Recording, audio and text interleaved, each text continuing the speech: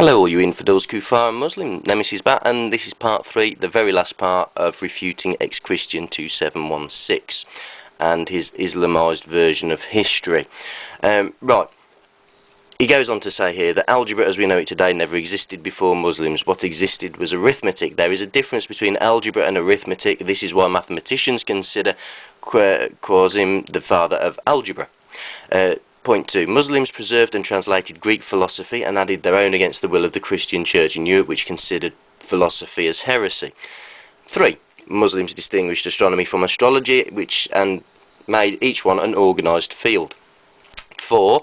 Muslims invented many other things. It was not just translations. Pardon me.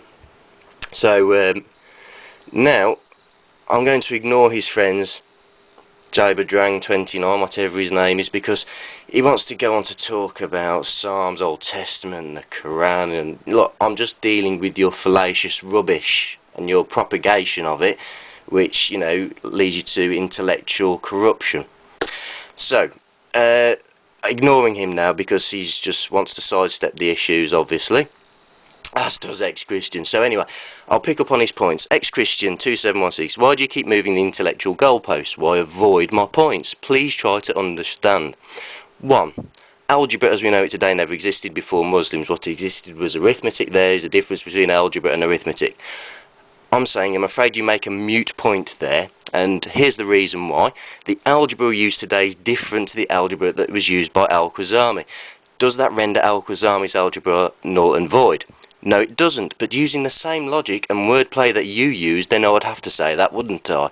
You see, Diophantus of Alexandria used algebra too, yet you don't recognise this because he used a different system. Therefore, Muslims invented algebra, which is ridiculous. Diophantus was an Alexandrian mathematician and the author of a series of books called Arithmetic that deal with solving algebraic equations, many of which are now lost. Diophantus was the first Greek mathematician who recognised fractions as numbers. Thus, he allowed positive rational numbers for the coefficients and solutions. In modern times, Diophantine equations are usually algebraic equations with integer coefficients, for which integer solutions are sought. Diophantus also made great advances in mathematical notation. The Arithmetica is the major work of Diophantus and the most prominent work on algebra in Greek mathematics. It is a collection of problems giving numerical solutions of both determinate and interdeterminate equations. Some Diophantine problems from Arithmetica have also been found in Arabic sources. You can't question that. It's clear as day. Research, for God's sake. Right, so please don't rubbish the fact that algebra existed prior to the advent of Islam, therefore rendering any claim that Muslims invented algebra as being a fabrication. It would be more appropriate to say that Muslims expanded on algebraic knowledge that was handed down centuries before Islam. Can you agree?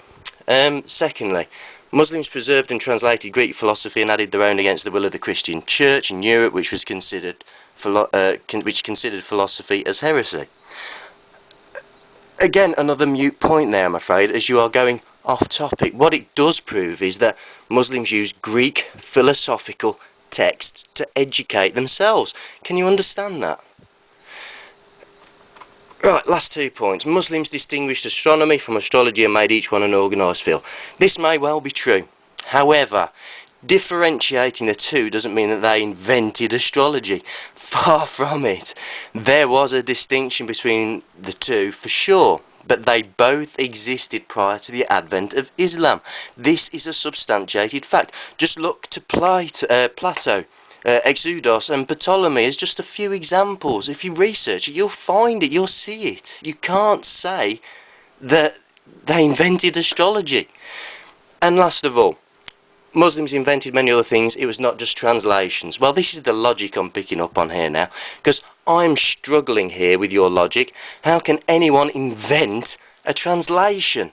You're making no sense at all, I'm afraid. Sure, Muslims did invent some things, like the pinhole camera, But you need to understand that Muslims can't have invented things that were around before the advent of Islam.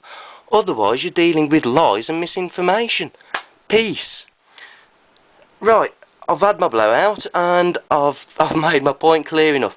Muslims, please, please stop looking at your biased Islamic bullshit sites and accepting that, oh, we've invented this, we've invented that. You believe you've invented the windmill? It was a Persian invention, pre-Islamic. You know, the carpet, another Persian invention, again, pre-Islamic. Stop with your bullshit. Please educate yourselves. Don't dabble and deal with misinformation, believe it and then try and propagate it and expect people like me, who are a bit more learned than your average Muslim, on YouTube. Can we sort that out, please, and make sure it doesn't keep happening, because it's